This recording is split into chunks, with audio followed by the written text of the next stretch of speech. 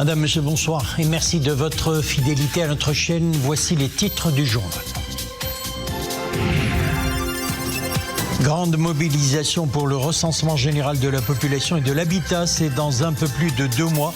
55 000 agents sont actuellement en formation pour l'apprentissage des techniques de collecte des données auprès des ménages pour la réussite de cette importante échéance nationale.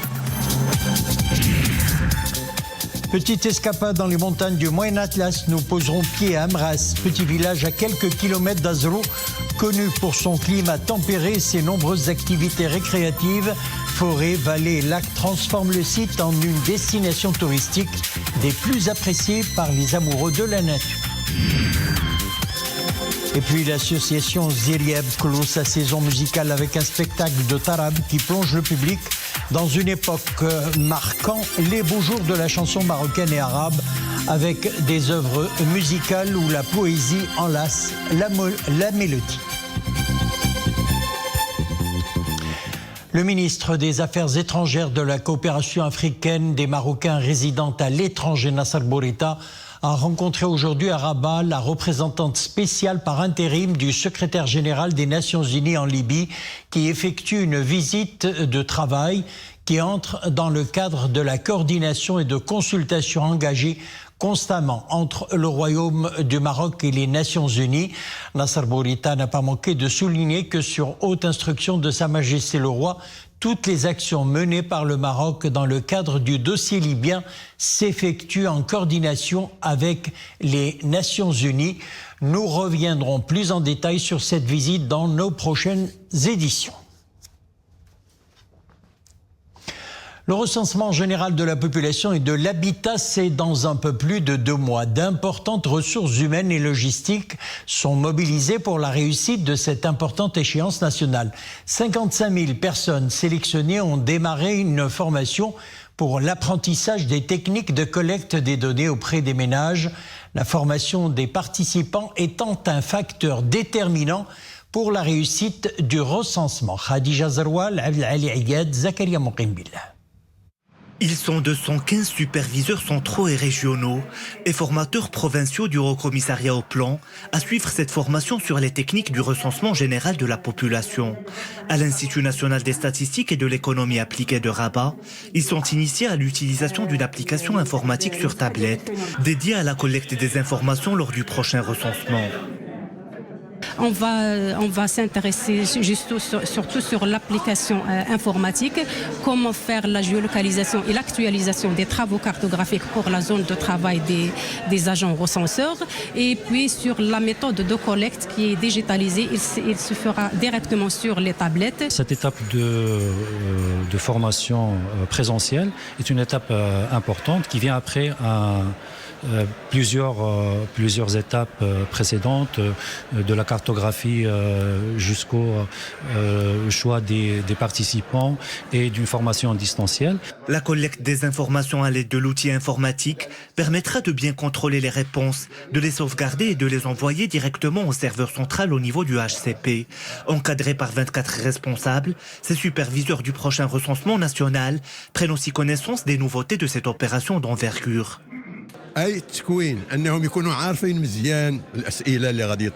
Le but de cette formation est de permettre aux agents chargés du recensement de maîtriser les techniques du questionnaire. Ces agents doivent aussi maîtriser le dialecte dans lequel les questions seront posées, qui doivent être comprises par les familles cibles. Cette première phase de formation au niveau central sera suivie par 2 autres opérations similaires au niveau des provinces et des préfectures. La deuxième phase de la formation sera dédiée aux responsables communaux et aux contrôleurs formateurs, alors que la troisième bénéficiera aux contrôleurs et enquêteurs chargés du recensement.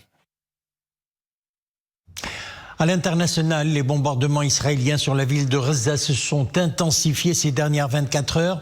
Des soldats israéliens à bord de chars ont pris d'assaut et bombardé plusieurs quartiers de la ville. Au moins 40 personnes ont été tuées selon le ministère de la Santé du gouvernement du Hamas. Des milliers de Palestiniens ont dû fuir les zones de combat au 10e mois de l'offensive israélienne. Un haut responsable du Hamas a indiqué que la balle était dans le camp des Israéliens après avoir affirmé que son mouvement n'exigeait plus un cessez-le-feu permanent avant de lancer les négociations sur une trêve et une libération d'otages israéliens et de prisonniers palestiniens. Élection législative française après un premier tour marqué par l'ascension fulgurante du Rassemblement national et un entre-deux tours où tous les pronostics donnaient le parti d'extrême droite favori. Le verdict des urnes était hier juste spectaculaire. C'est plutôt la gauche qui est sortie en tête, suivie de la coalition présidentielle puis du RN. L'Alliance de gauche, rassemblée sous le nouveau Front populaire, obtient 182 sièges à l'Assemblée nationale, suivi du camp présidentiel sous la bannière d'Ensemble avec 168 sièges, puis le RN et ses alliés avec 143 sièges, ce qui donne lieu à une chambre basse qui risque d'être ingouvernable, à moins que des leaders politiques entrent dans une logique de compromis en vue d'une coalition capable de soutenir un nouveau gouvernement.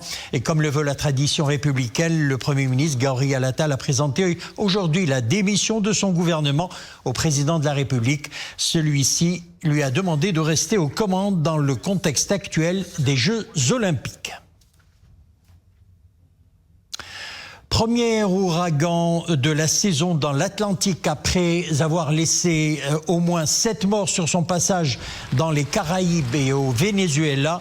Beryl a touché terre au Texas, au sud des États-Unis, avec des vents atteignant les 130 km/h, provoquant de fortes pluies, inondations côtières et coupures de courant.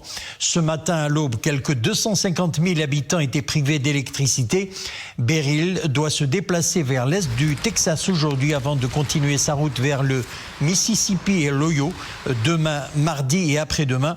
Le gouverneur par intérim de l'État a appelé les Texans à rester en alerte, à écouter les autorités locales et à quitter la zone dangereuse si possible. On parle sport, tennis, le tournoi de Wimbledon Junior aujourd'hui. Le tennisman marocain Reda Benani, tête de série numéro 14, s'est qualifié donc pour les 16e de finale en s'imposant face au Britannique Oliver Bolding. Et puis en image, comme vous le voyez, chez les seniors, l'Italien Lorenzo Musetti, 25e mondial, a su contrôler le puissant service du Français Giovanni Pissi-Péricard, 58e mondial, pour s'imposer 4-6, 6-3, 6-3 et 6-2. Et ce, ici en quart de finale de Wimbledon. L'Italien de 22 ans, qui participe pour la 4e fois au majeur sur gazon, jouera en effet son premier quart de finale d'un tournoi du Grand Chelem contre l'Allemand Zverev, 4e mondial, ou l'Américain Tyler Fritz, 12e mondial. Vous pouvez imaginer comme il est difficile de jouer contre un tel serveur, mais au bout du compte, c'est une journée phénoménale pour moi à commenter l'Italien.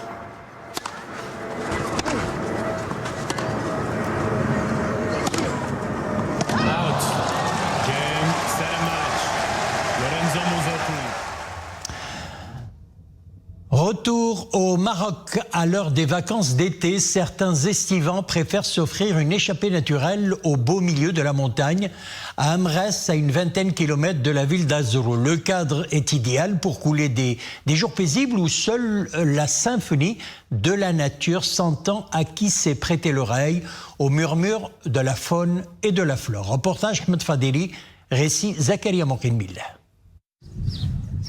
À 25 km d'Azrou se niche le lac Amrès dans la commune rurale Sidi El Marfi. Cet écrin de verdure et de fraîcheur est la destination privilégiée des amoureux de la nature en ces temps de forte chaleur. Sur place, certains en profitent pour pique-niquer et passer des instants de détente. Je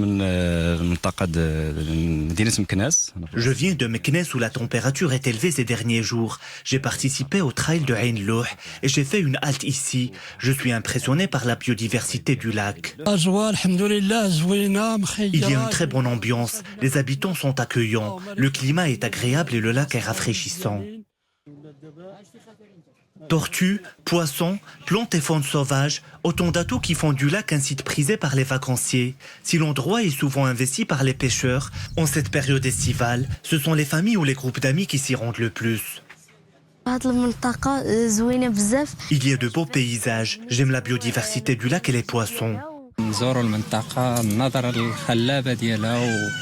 Nous avons opté pour cette zone pour sa nature verdoyante. Nous espérons qu'il y aura plus de précipitations les années à venir pour préserver ce lac. Visiblement, le site a de quoi enchanter grands et petits. Pour les visiteurs, le lac Amras est souvent le point de départ pour aller à la découverte de la région, qui compte tant d'autres richesses naturelles.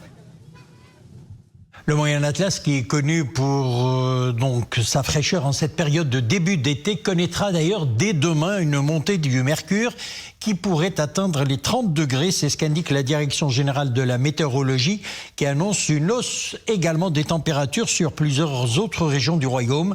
Ainsi, des températures aussi entre 41 et 45 degrés sont attendues demain dans les provinces de Figuig, Jarada, Zagora, Tinrir, Rachidia et Tata. Un temps chaud, 39 à 40 degrés, prévu de mercredi à jeudi dans les provinces de Ouezdan, Gersif, Taourir, Toujdan, Gad, Jarada, Boulman, Sfro, Moula Yacoub, Taounet, Fez, Khoribga, Taza, Stat, Chichewa, Youssoufia et Ouarzazat. Et puis le mercure devrait afficher également des températures comprises entre 42 et 47 degrés du mercredi au vendredi dans les provinces de Fqibn Salah, Bni Mellel, Qalat Sragna, Marrakech, Rahamna, Khnefra, Zagora, Tinrir. Il fera également entre 42 et 47 degrés à Rachidia, Taroudan, Tata, Assazag, Smara et Aoussert. Nous ouvrons à présent la page musicale avec ce spectacle de Tarab qui a enchanté le public rabaté avec des chansons marocaines et arabes. Une ode à la diversité du répertoire classique, un répertoire interprété à Rabat par l'association Zilieb qui clôt une saison musicale chargée de créativité artistique. Omar Eit Issa et Zakaria Mouqimbillah. Les titres des plus connus de la chanson arabe classique, interprétés avec brio par les musiciens et les choristes de l'association Zilieb. Ce sont des chansons religieuses telles que Alayka Salatillah wa Salamou, des titres de Sabah Fakhri et des chansons célèbres de Mohamed Abdel Wahhab et de Farid Al-Atrash. Cette association a vu le jour en 2016. Et jusqu'à présent, notre objectif, c'est le Tarab al-Arabi al-Asil, Tarab al-Maghribi al-Asil, Amazighi al-Asil, وكذلك هذا العام دخلنا ما يسمى بالموروث الثقافي. La musique marocaine est également à l'honneur. Des extraits de Naoubat de la musique andalouse, en plus de titres de Rita Ben Abdeslam, Nahima Samih, Abdelhadi Belkhiyat et Mohamed Fouiteh. Une opportunité pour les membres de la chorale de donner à voir tout leur talent artistique. C'est un événement que nous commémorons chaque année pour fêter la journée mondiale de la musique. Nous chantons de tout. Nous chantons du marocain, nous chantons du traditionnel et particulièrement la chanson mondiale avec Keltoum, avec Mohamed Abdel Wahhab, avec Smahan. Fondée en 2016, l'association Zilieb pour la musique est parrainée par le grand chanteur et artiste Mohamed Ali. La formation compte parmi ses rangs aussi bien des musiciens amateurs que professionnels et œuvre activement à diffuser la culture musicale auprès d'un public de plus en plus nombreux. Nous enchaînons avec le Festival international des musiques andalouses de Rabat qui s'est clôturé en apothéose au parc Hassan II. Un voyage musical à travers le temps qui illustre la diversité plurielle propre à la musique andalouse. Les habitants de la capitale ont eu droit à un concert exceptionnel aux couleurs de l'Espagne, du Portugal et du Maroc, soit les 3 pays désignés pour l'organisation commune du Mondial 2030. Reportage Siham Boukhlifi, Asmatazi, le récit est signé Dominique Orlando. 6 années nous séparent de la Coupe du Monde 2030 qui sera co-organisée par l'Espagne, le Maroc et le Portugal. Une 24e édition que se sont engagés à accomplir et à réussir ces 3 pays voisins bordés par la mer Méditerranée.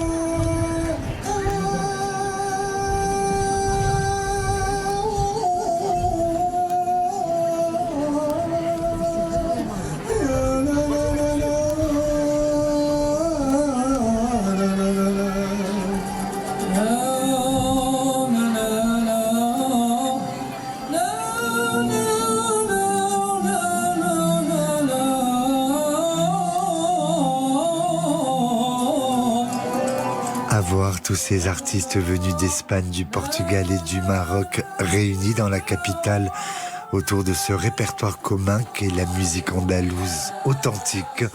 On ne pouvait que frissonner devant l'harmonie ressentie d'un bout à l'autre du concert, et pour ne pas dire d'un bout à l'autre de ces 3 jours complets de festival.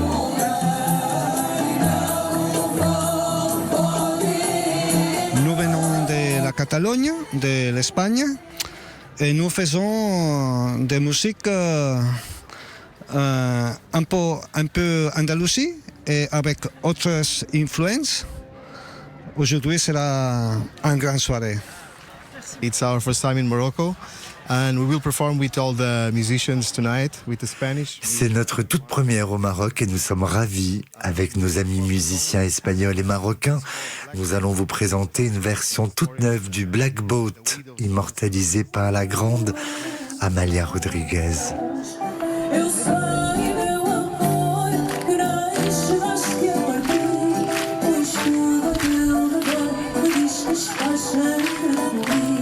En réunissant l'Espagne et le Portugal à ce 21e festival des musiques andalouses de Rabat, c'est comme si l'on esquissait déjà pour l'avenir une mélodie historique commune destinée à éblouir le monde en 2030. Voilà, c'est dans cette très belle ambiance musicale que nous refermons l'édition. L'info revient sur Loula, 21h. Excellente soirée.